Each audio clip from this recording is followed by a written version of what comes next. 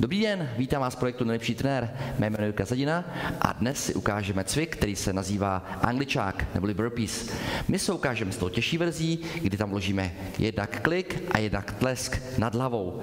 Takže pojďme, rozfázujeme si ten pohyb.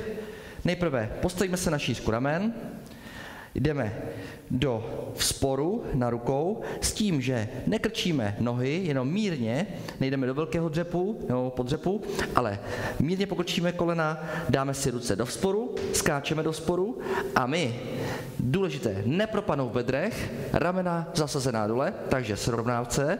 Teď provádíme klik, kdy máme lokty, jdou podél těla, zpátky do kliku, do vzporu, a jdeme co nejvíc skočit nohama k rukou, postavíme a leskneme nad hlavou.